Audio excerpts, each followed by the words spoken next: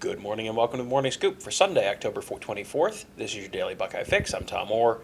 The Penn State game is in 6 days. The game against Michigan in 34 days. It was another dominating win Saturday night in Bloomington, Indiana, which is where we are right now. Buckeyes just steamroll Indiana 54-7. I'm joined by Buckeye Scoop's Kevin Noon. Kevin, I think we all, sort of picked Ohio State to win somewhere around this kind of general area. But even with that, going into the game, saying this is what I'm expecting to see, I was still kind of shocked at exactly how dominating they were. Well, there are various ways to put up 54 points, and Ohio State did it in the most bludgeoning way that they could. The first quarter, Ohio State has a long drive.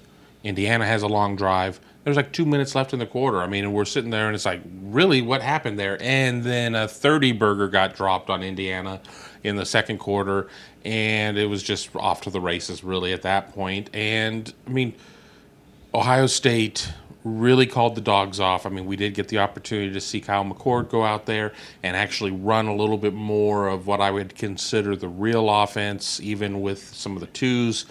But this was very much a statement type of win, a statement type of movement, and I don't think we're going to see an Ohio State team that's going to come out there and just fart around. Mm-hmm. No, they definitely did not do that on Saturday. Came out, went right down the field, scored a touchdown. Indiana had that drive you mentioned, the drive where they answered. They went, it was like 15 plays or something like that, and 75 yards. It was like, oh boy. Maybe Indiana came to play tonight, and then that was it. Like, all right, we used our NAS too early. Like, now we're in trouble. They had their first drive of the game, and then they had the first drive of the second half, totaled 122 yards. The whole rest of the game, they had 6 yards of total offense. This was. I'm just gonna read through some numbers, which I'm looked at it and I'm like, what? 1.3 yards per rush. They were under 5 yards per pass. 128 yards of total offense on the day. That was just, they might as well not, the Indiana offense outside of that first drive, basically like the game would not have been materially different if the Indiana offense had just said, like, we're just going to take a knee 3 times and then just punt it away. How much of that is they had their quarterback Jack Tuttle get hurt? How much of that is Indiana just kind of doesn't have the skill personnel to compete with Ohio State? And how much of that is Ohio State's defense, like, really, truly is better? A large dose of yes, a large dose of yes, and a moderate dose of yes. I think that it's a case of where, you don't have Jack Tuttle, who's your number 2 quarterback, because you don't have Michael Penix, who's your number 1 quarterback. So when Jack Tuttle gets hurt, and then you bring in your curveball, and then you're having to live on that curveball, and they just left some fat ones across the middle of the plate in this game, and Indiana was not a good running team coming into this. They weren't able to run it really against Ohio State, and I think we are seeing Ohio State's defense do a lot of good things. A lot of people are going to point out that first series. It was a lot of things came easy to Indiana, but as I heard you and Tony talk about on Buckeye Weekly on Saturday night, or I guess early Sunday morning at that point, those are the scripted plays. That's what you worked on, so it better be good. Mm-hmm. And they had some early success, and it was just like we tried the one thing that we thought we were going to do, and it worked great, and then once Ohio State adjusted, like, there was no response. Someone that had, the only adjustment that has worked to stop this guy is not playing him or not giving him the ball. TreVeyon Henderson, at another night where he averages 9 yards a carry, nine rushes, 81 yards, 2 touchdowns on the ground, another one through the air. He's just. I am struggling to remember a freshman. Maurice Clarett was absolutely an impact freshman. They leaned on him a lot more heavily than they leaned on Henderson, but he wasn't always healthy.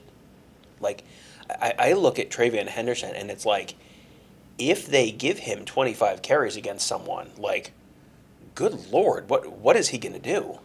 Yeah, the numbers could just be off the charts. And I mean, not only is he a talented rusher, but he's proving to be a talented pass catcher as well. Has, I believe, 3 touchdown receptions this year. Had the one against Indiana on Saturday night. So his balance is what's really impressive. I mean, there are just so many times that it looks like, a mere mortal would just go to the turf, and he regains that center of balance and is able to continue going on. I mean, he's got the speed, he's got the shake, he's got everything going on. And I hate overhyping a first year player unless it's warranted, and I believe it's warranted here because he has shown that not only is he Ohio State's number 1 running back, I mean, he is probably, in that rarefied air of top backs in the nation. And I know that Kenneth Walker III at Michigan State is around 1,000 yards. I saw on one of the Sports Center shows that another back that's at about 1,000 yards. The only thing that's keeping TreVeyon Henderson from being there is the fact that he can't seem to get more than 11 carries in a game. Yeah, he has. It's just. I mean, I saw people calling him a cheat code, and it's just like, yeah, pretty much. I mean, he is just. You put him out there, and it's like, well, he's going to score a touchdown pretty soon. Like, that's just kind of what they do. He's out there. It's like, oh, well, he's going to score a touchdown, and just over and over and over again. And I don't know at what point we're going to talk in a minute about the what's left on the schedule and how maybe it doesn't look quite as daunting as it did 24 hours ago or give or take. I am flabbergasted at what Henderson is doing. I'm a little less shocked at what CJ Stroud is doing because I think we had a little more of a track record with CJ Stroud where you knew, okay, anyone you talk to couldn't wait to tell you that this guy was going to be the next guy after CJ Stroud. Oh, I'm sorry. Yeah, the next guy after Justin Fields. Yes, and he looked good. He looked impressive, but he didn't look otherworldly. No. And I mean, 21 of 28, 266 yards, another 4 touchdowns. Ho hum, another 4 touchdown game for CJ Stroud. This is an Indiana defense that tries to do crazy stuff. They're trying to catch you off guard. They're trying to make you uncomfortable. This is a starter making his 3rd career road start. It's a night game. It's raining. They weren't expecting it to be raining, but it just rained the whole game. I mean, there's a whole bunch of stuff. There was a bunch of stuff that was like, if CJ Stroud had thrown 2 interceptions, you would have kind of gone, yeah, I mean, that'll happen. You're a young quarterback. You've got, it was raining and the night and the road, and Indiana does some stuff. Nope, just status quo, just touchdown, touchdown, touchdown, touchdown, touchdown. It's the ease that it happens. I mean, if you would have sat there and said that he would go, 21 for 26, or 21 for 28, just shy of 300, 4 touchdowns, no picks. Okay, I guess I'd say, yeah, I'll give you that, but it's just how easy he makes it look out there. And the thing is it's not like that that he's getting these huge long bombs. I mean, there was a lot of National League small ball going on there, station to station. That 10 yards is there every single play, more or less. And he did have a couple of misfires or whatnot, but he threw some beautiful passes. I mean, ones that were advanced level difficulty. Mm-hmm. Yeah, he is. Henderson is someone who you came into the year with big expectations, and he somehow exceeded them. Stroud is kind of doing the same thing. You go back a month in the aftermath of the Oregon game or the Tulsa game. People are talking about CJ. Who does someone else need to replace CJ Stroud? Like, I feel like I haven't heard that in a while. No. It's just okay. He's the guy, and if he's healthy, he's gonna be the guy. And he, to me, looks like a quarterback who is good enough to win a national championship.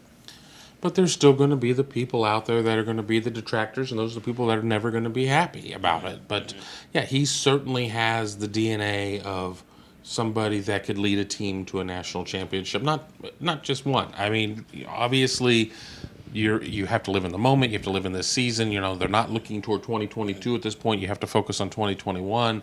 He gets out there. He makes the right reads. People wanted to sit there and say that maybe he didn't have the greatest decision making. Well, guess what? How many times did we see plays where it wasn't a matter of finding the open guy, it was a matter of selecting the open guy that you wanted to throw it to? And, now he's going to be selecting the open guy he wants to throw it to next week against Penn State. Maybe the guys aren't going to be quite as open. I mean, Indiana was playing without some of their better defensive backs. Penn State's defense it's not incredible. It's not Georgia, but they're good. Before we went to the stadium on Saturday, sat in this very room and got to the stadium later than we planned to because it was like, well, we can't turn off this masterpiece. We were invested. We were emotionally invested, whether we wanted to be or not, in Penn State, Illinois. And if you have somehow are living under a rock and have missed the greatest stupid college football game of the year, it only took 9 overtimes for someone to get to 20 points and win. Illinois 20, Penn State 18. It was a mess, man. Like that game was a mess. If you were living under that rock, maybe you weren't aware that the overtime rules changed, so at least 6 of those innings were just 2-point conversion tries, and we saw trick plays, we saw standard plays, we saw bad plays, we saw poor execution. There were a lot of questions whether or not Sean Clifford was going to play this week. We saw pictures of him at practice midweek. Maybe that's just some gamesmanship. And then he comes out and plays, and he doesn't play very well. He just doesn't play very well. Illinois runs all over them. Illinois couldn't throw the ball. They ended up going from one transfer quarterback to another transfer quarterback when Sitkowski got hurt, and then they brought in former Michigan quarterback Brandon Peters. I've started doing some research already on Penn State. Let me go in and really look at how many multi-dimensional offenses Penn State's gone against, because it's one thing to say, well, they did this and they were able to stop a passing team, but they were run all over, vice versa. Mm-hmm. I mean, Illinois ran all over Penn State, and I'm not trading really any of the backs on Ohio State at this point, at least the healthy ones, for any of the Illinois backs at this point. Yeah, I mean, would you trade Ohio State's offensive line for Illinois' offensive line? Not a chance. Yeah, right. So you're playing a team with better skill, better line play on the road. Like, I would have gone into the year picking Ohio State to win this game by a touchdown, 10 points, like.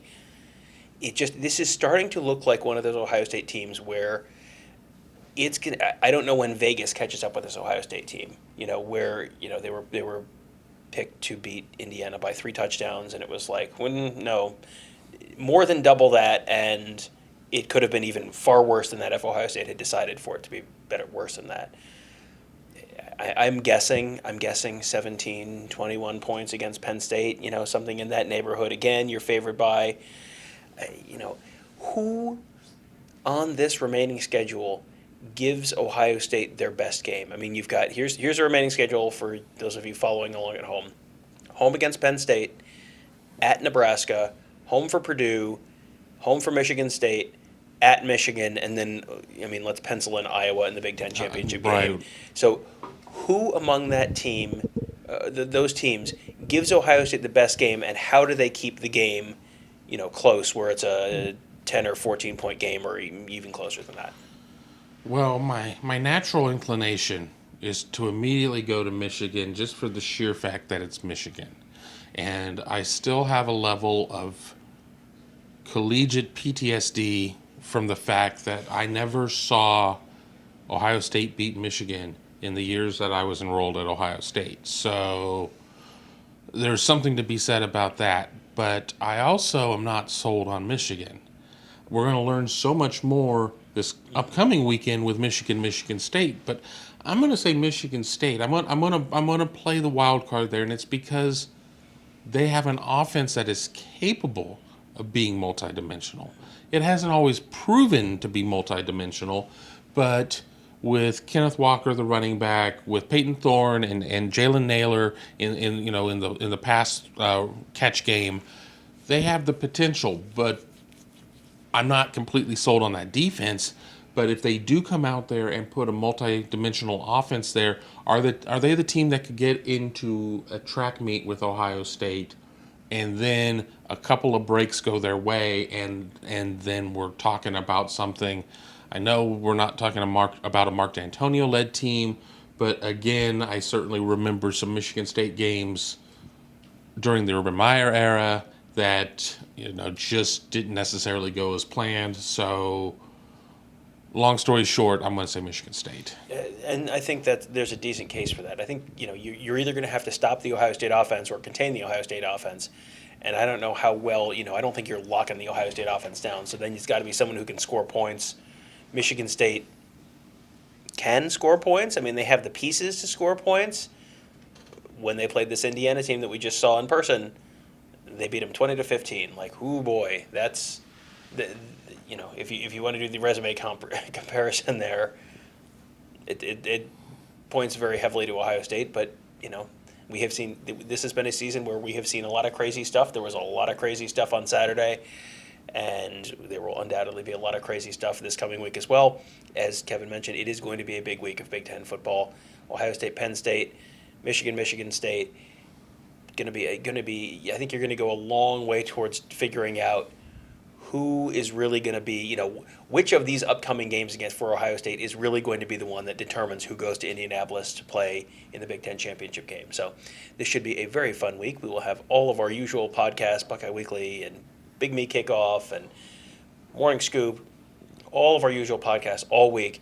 Should be really a really fun week. I mean, and I think the bandwagon is going to be filling up in Columbus pretty soon. I think the people who were a little salty after the Oregon game and kind of continued to be concerned after the Tulsa game, I think people are sort of starting to see like, this is starting to look like a world-destroying Ohio State team again. So should be a fun week in Columbus as the bandwagon loads up, and we're almost ready to turn the page into November, which means that's when things start to get real. So thank you guys all for joining us. We do appreciate you taking the time to listen, to watch on YouTube. If you are watching on YouTube, hit that bell, subscribe to that channel, and then you get notified every time we post a new video, every time we do a live pregame show, postgame show. We'll do a live show on Fridays most weeks just to kind of answer your questions. Those are usually, those are always a lot of fun, usually a very active chat and very active community. And, the more active the questions that we get are, the more active the community is, the better those shows are. So we do appreciate you being a part of all of this. Thank you guys all for joining us, and we will talk to you tomorrow.